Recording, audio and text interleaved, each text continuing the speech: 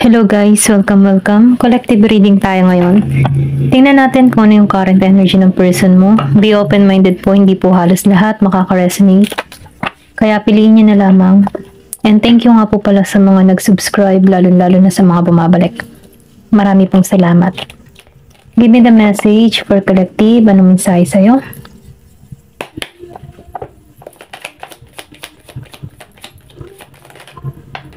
Oh, devil. Meron devil energy dito. Oh, meron dito Nine of Swords. Excuse me. Give me the message. Ano yung energy ng person mo?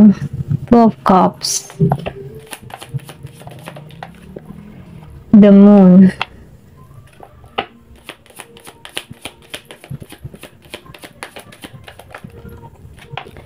Meron ditong Ten of Wands reverse. Automatic po. Page of Wands reverse.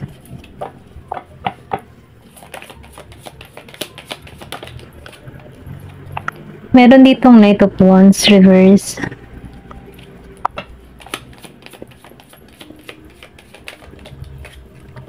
Lovers.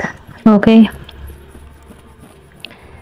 Meron ditong tao na Capricorn, Gemini, Aquarius, and Libra, Scorpio, Cancer, and Pisces, Aries, Leo, Sagittarius, malakas din yung Gemini, okay? Bottom of the deck, Magician, Six of Pentacles, Seven of Wands, and Seven of Swords. Excuse me po. Okay, ito yung current energy niya. Nafe-feel ko dito na meron tong ginagawang something spell or pwede rin sabihin na minamanifest ka na ito. Ito lang yung nafe-feel ko. Meron tong hinihiling. Kasi nandito siya sa the devil energy. So, nafe-feel ko dito, no? Itong tao mo hindi takot sumubok ng mga bagay-bagay na tulad ng halimbawa ay spell or hindi siya takot sa consequence ng kanyang mga ginagawa dahil gusto ka nito makuha dito sa the Lovers and Two of Cups. Kasi itong tao mo nahihirapan dito sa Nine of Swords. Okay, ito yung energy niya. Ito na lang yung kanyang naiisip na paraan. I-spell ka or pwede rin sabihin na iniisip ka nito palagi para nang sa ganun, no, mag-connect yung energy nyo, palagi mo siyang maisip, mga ganun ba? Or pwede rin sabihin, ano, meron kang person na very spiritual, okay? Naniniwala siya sa ganun. Nakikitaan ko din dito na meron tong hinihiling. Pero ganun po man, dito sa Six of Pentacles, meron ditong Virgo, Capricorn, Taurus, Aries, Leo, Sagittarius, and Gemini, Aquarius, and Libra. Gusto ko nitong offeran, gusto ko nitong bigyan. Hindi siya madamot sa'yo, okay, pagdating sa mga material na bagay. Kaya lang dito, sa Seven of Wands reverse, nafe-feel ko dito, no, pwedeng, kung ikaw man dito, no, lagi ka dito, hindi makatulog, nababalisa ka, yung tipong pilit mo gustong makabangon dito, mag-moving on, pero nahihirapan ka dito dahil sobra kang iniisip ng tao neto. Okay, may pagka-obsess, meron sa inyo yung person obsessed sa'yo. Dito sa the devil energy, meron siyang maybe yung person mo may alam, okay? Yung iba sa inyo, ito lang yung nakikita ko, pero hindi halos lahat ha. Kung meron ka man ditong person na kayang gumawa or kayang something na, kasi obsessed siya eh, talagang gagawin nito lahat para makuha ka lang muli sa buhay niya, okay? Pero ganun pa man, no, yung pagka-obsess niya, mahal ka niya, yung sobrang mahal ka niya, nakakasakal na. Ito lang yung nafe-feel ko. Pero ganun pa man, ano, gusto ng tao nitong alayan ka or bigyan ka ng regalo, okay?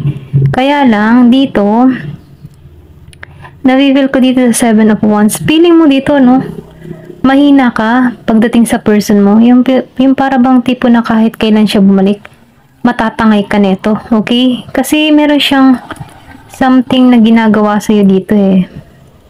Meron siyang kaalaman para mapasunod ikaw or pwede rin sabihin na makuha muli yung loob mo, okay? Dito sa The Magician. Then sinabayan pa ng the devil upright. May pagka-controlling tong tao na to. Dito sa the devil upright. Then dito na sa Seven of Swords, nafe-feel ko dito, no, pilit mong inaalisan to, pero nahihirapan ka makalis. Yung parang tipo na gusto mo nang maalisan to, gusto mo nang matanggalan to, gusto mo nang maka-moving on. Pero nagtataka ka, bakit ganun? Hindi pa rin ako makaalis sa kanya. Bakit ganun? Palagi ko pa rin siyang hinahanap, okay? So, ibig sabihin na, no, kung meron ka mang bagay sa person mo, meron tong something na kinikip doon para hindi ka makawala sa kanya. Okay? Ito lang yung nakita ko. Pero ganun pa man, ano, yung iba sa inyo, ha, hindi halos lahat. Kasi meron ka ditong person na sobrang obsessed sa'yo. Okay? Kasi sobra ka nitong mahal. Two of Cups dito. Gusto nitong makipagkita sa'yo. Gusto nito muli kayo magkasama dito. Kaya lang nagbigay ito ng pasakit sa'yo. Kasi meron siyang energy na pagka devil dito may pagka-controlling. Okay? Pero ganun pa man, ano, nakikitaan ko dito yung emotion. Malalim yung emotion ng person mo sa'yo. Kaya lang dito may pagka-controlling. Maybe may person ka dito na seloso. Okay? Ito lang yung nakikita ko. Ten of Wands reverse. Hindi ka makalis dito sa tao na to. Feeling mo dito kontrolado ka. Para bagay yung pagmamahal mo dito, hindi natural, okay? Kasi merong something magic na nangyayari dito. So, nangyayari dito, hindi ka nagiging masaya sa connection. Okay? Gusto mo makawala, pero hindi ka makawala dito. Nahihirapan ka kasi kalaban mo dito yung emotion mo. Kasi nafe-feel ko dito yung kontrolado yung emotion mo dito sa the devil upright. Pero ganun pa man, ano, ito yung gusto niyang mangyari Yung ikaw yung magmahal lang. Yung tipong mahal na mahal mo siya, hindi mo kaya siyang mawala sa buhay mo. Yung tipong bang ganun, okay? Ito lang yung nafe-feel ko. Kasi sobra yung pagkagusto ng tao na ito. So, ang ginagawa nito, imbis na siya yung uman sa'yo, no? Kumbaga, sumuyo sa'yo, ikaw pa rin yung naghahabol dito. Okay? Kahit meron na tong ugaling hindi maganda, or nalalaman mo na, pero natatangay ka pa din. Ito lang yung nakikita ko. Kasi maybe, meron tong pinagagawa, or meron tong alam na pwedeng napakain ka na to, or pwede rin sabihin meron kang gamit dito sa tao na to kung bakit ka nakikimis. Okay? Tingnan pa natin. Yung iba sa inyo, hindi halos lahat. Kung ikaw man ay hindi maka-moving on at pilit mo naman na yung tipo na gusto mo na makawala dito pero nahihirapan ka. So, ibig sabihin, baka meron ditong tao na kasi lumabas ang the magician na devil. Gusto nito, kontrolado ka pa rin ito. Okay? Yung iba sa inyo, hindi halos lahat. Meron ako nakikita ditong Year of the Horse and Year of the Dog. Ayan. Tingnan pa natin. Give me more information. Ano pa yung karagdagang mensahe dito? Knight of Cups. Patungo to sa'yo. Okay, ito lang nakikita ko. Gusto kasi nitong magkaayos kayo. Gusto nitong maging okay ang lahat. Kaya lang, meron lang siyang pag-uugali dito na bad habit or meron kadiling dito na mabisyo. Okay? Kaya inalisan mo to. Kaya lang, gusto nitong bumalik ka sa buhay niya. Kaya nakakagawa siya ng something na spell sa'yo para hindi ka mawala sa kanya. Ayan. Give me more information. Ano pa yung mensahe? Ay, ano ba yan? Meron ditong Justice reverse. Then, Two of Swords upright. Then, the Magician reverse. At least lumabas ang the Magician reverse. So, nafe-feel ko dito, kung makukontra mo to. Okay? Nakikitaan ko ditong pwedeng makontra mo to. Yung iba sa inyo nakukontra. Kasi dalawang lumabas ang the Magician upright and the Magician reverse. Pwedeng ginagawang ka nito kasi the devil siya Okay, ito yung gusto nyo mangyari dito, yung Nine of Swords. May stuck ka sa sitwasyon kasi sobra yung pagmamahal nito. Kaya lang, lumabas ang The Magician reverse. Pwedeng hindi to nagaganap sa'yo, okay? Kasi naka-reverse siya.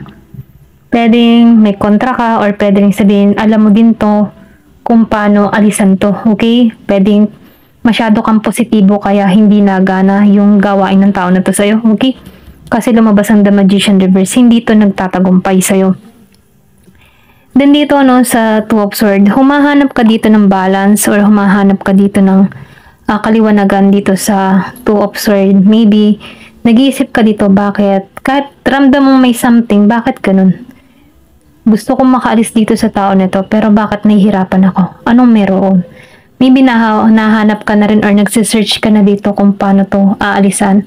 Or pwede rin sabihin na pinatutuklas na sa'yo dito, okay? So, nafe-feel ko dito na makukontra mo to. Kaya lang wala pang justice na ipinagkakalob sa'yo dito. Kasi, maybe, dahil yung iba sa inyo, nadadala. Or pwede rin sabihin na hindi pa ipinagkakalob yung justice para rito. Okay? Sa tao neto. Maybe meron pa tong dahilan kung bakit hindi pa to nakaka-receive ng justice niya na ginagawa sa'yo. Pwedeng pinagbabago pa to or pwedeng sabihin na matuklasan mo to. Okay? Ito lang yung nakikita ko. Pero ganun pa man nafe-feel ko dito na hindi to nagana sa'yo. Okay? Once na natuklasan mo to, hindi na to gagana. Ito ang kanyang ginagawa sa'yo. The World. Meron ditong The World. Then, Four of Swords. Queen of Wands reverse and Nine of Cups. So, nafe-feel ko dito, meron dito Scorpio, Cancer, and Pisces, Gemini, Aquarius, and Libra. And Aries, Leo, Sagittarius. Meron sa inyo nasa ibang bansa or pwede meron ka ditong kadiling na ibang lahi. Yung iba sa inyo, nakikitaan ko dito yung Taurus and Leo. So, yung iba naman dito, nafe-feel ko dito na nagpapahinga or nireras mo yung kaisipan mo dito. Okay, kaya lang dito sa Nine of Wands, pwedeng stress ka na rin. Yung iba, may stress na or kumbaga naka-stuck pa rin dito sa Queen of Wands reverse. Pwedeng hindi ka nagiging masaya sa nangyayari sa'yo, okay?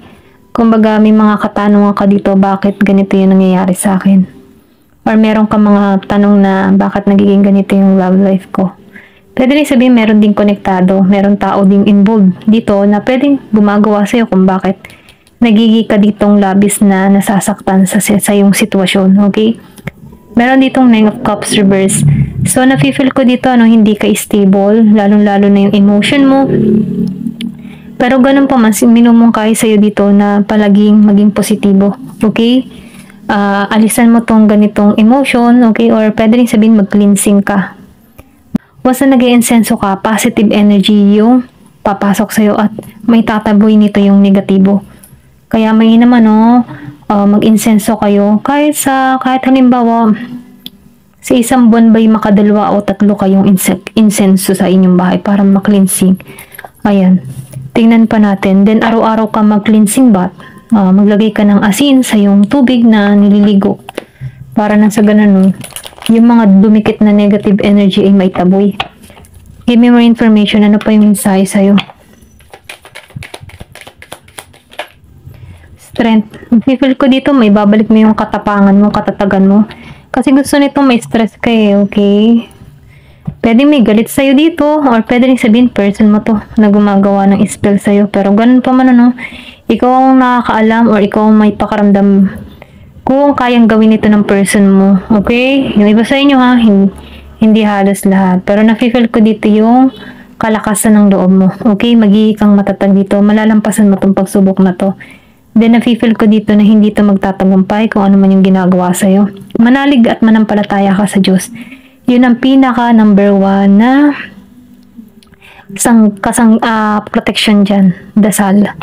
At pananampalataya, faith kay God, okay? Para maalisan. Kasi, alam nyo ba na mga mangkukulam ay galit na galit sa mga taong madadasalin, okay?